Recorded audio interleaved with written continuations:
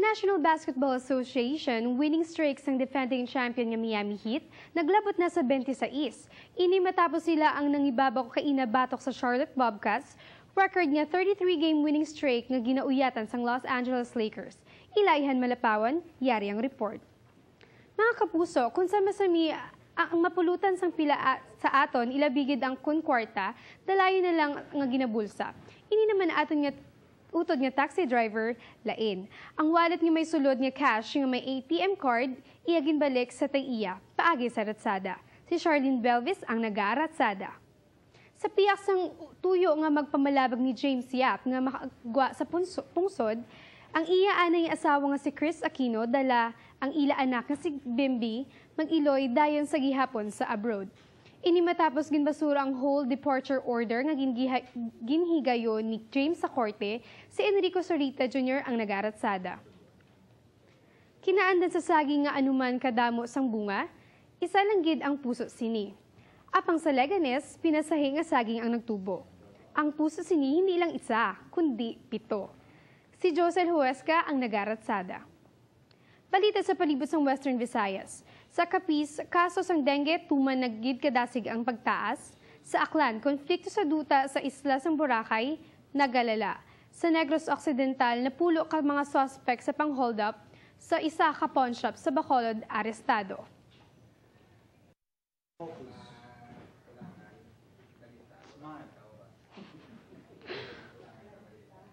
Sa National Basketball Association, winning streak sa defending champion ng Miami Heat naglabot na sa 26. Ini matapos sila ang nangibabaw kainabatok sa Charlotte Bobcats, record niya 33-game winning streak nga ginauyatan sa Los Angeles Lakers. Ilaihan Malapawan, yari ang report.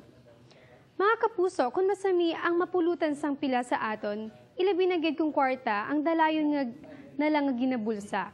Ini naman niya aton nga taxi driver nga utod, ang wallet nga may sulod nga cash, kag mga ATM card, iagin balik sa tag-iya. Pinaagi sa ratsada, si Charlene Belvis ang nag-aratsada.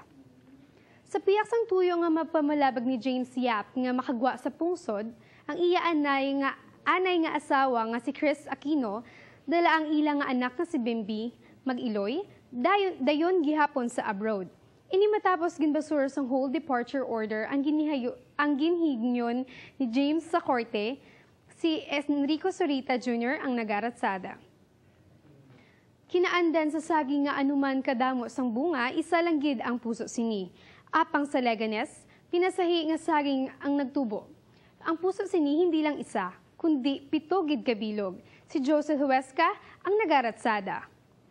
Balita sa palibot ng Western Visayas. Sa Capiz, kaso sang dengue tuman kadasig sang pagtaas. Sa Aklan, konflikto sa duta isla sang Boracay naglala. Sa Negros Occidental, napulo ka mga suspects sa pagpang-hold up sa isa ka pawn shop sa Bacolod, arestado.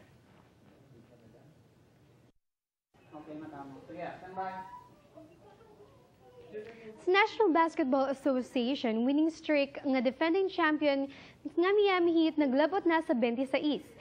Ini matapos sila ang nagpangibabaw kaina batok sa Charlotte Bobcats, record nga 33-game winning streak nga ginauyatan sang Los Angeles Lakers. Ilaihan Malapawan, yari ang report. Mga kapuso, kung sa masami ang mapulutan sang pila sa aton, ilabi na gid kun kwarta, ang dalayo na lang nga ginabulsa. Ini naman ang aton yung utod nga taxi driver, lain.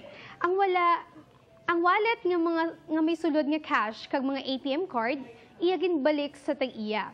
Pinaagi sa ratsada, si Charlene Belvis ang nag-aratsada. Sa piyak sang tuyo nga magpamalabag ni James Yap nga makagwa sa pungsod, ang iya anay nga asawa nga si Chris Aquino, dala ang ila anak nga si Bimby, mag-iloy dayon gyapon sa abroad.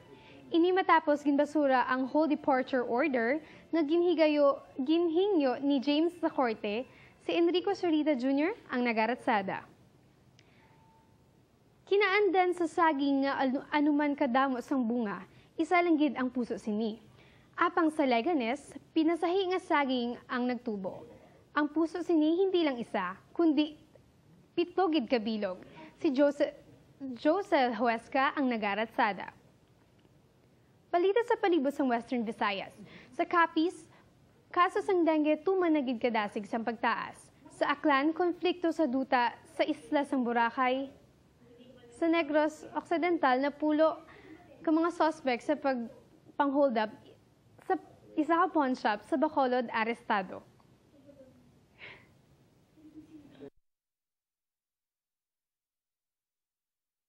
Balita nga una naging tutuka, itabo nga gilayon na saksihan, eksklusibo!